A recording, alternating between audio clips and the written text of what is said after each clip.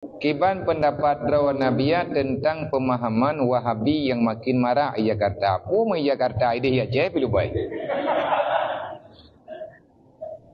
Berbanding terbalik dengan di Aceh yang mungkin bisa dihitung jari. Yang kerja bateri trip tahan larantau nuwa ke kampung ni gaga. Dan bagaimana menjaga keluarga dan saudara kita daripada pemahaman Wahabi. Hukum jaganya wajib.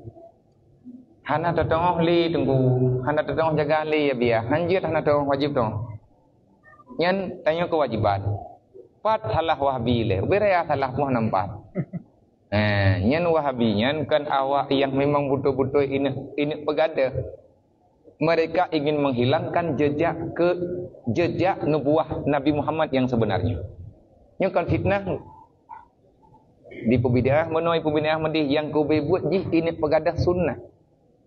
Nyo lagi pegah menteri hanjit maulid. Wate hanjit maulid berarti hana li acara apa? Padahal bab maulidnya hana masalah apa yang na ting ibadat. Wate na maulid na kanduri-kandurinya yang bagi-bagi makanan ke fakir miskin kata bagi. Na santuna ni yatim na salawat na nyo na jin na berquran ti atagat menduk. Tapi pegah lawanya tanya bid'ah hana bamantah Nabi. Yang ku bebut awaknya ingin menjauhi umat untuk mencintai Nabi Muhammad. Salah. Yang tukang tet rumah Nabi berjih, yang tukang leh rumah tempat lahir Nabi di Mekah. Awayan. Tabai pegah orang yang jak wajib bawatannya mandung gejak tawa rumah Nabi kibar hang tawa le. Nak masjid ipegadah raudah ini pho. Nya rumah Nabi kai pegadah rumah bangunan kuning yang ronyo je kepada putrana ni pukeun. Ngan pintu pintu tubir anau mesti tekadinyo pintu sai danyo lihat tatai dat tubir ju kunau tatrun ju kunau nyo belah no na rumah yang jet ke pustaka uranyo rumah yang warna kuning nyo ino tempat lahir Nabi Muhammad berjino nyo kunau belah no ba hidup weti ke berahina rumah hidup rumah tempat kedua Abu Lahab jamu uranyo ipugak weti nan idonya ko jubru ba tempat ke Abu Lahab je ke patungnya uranyo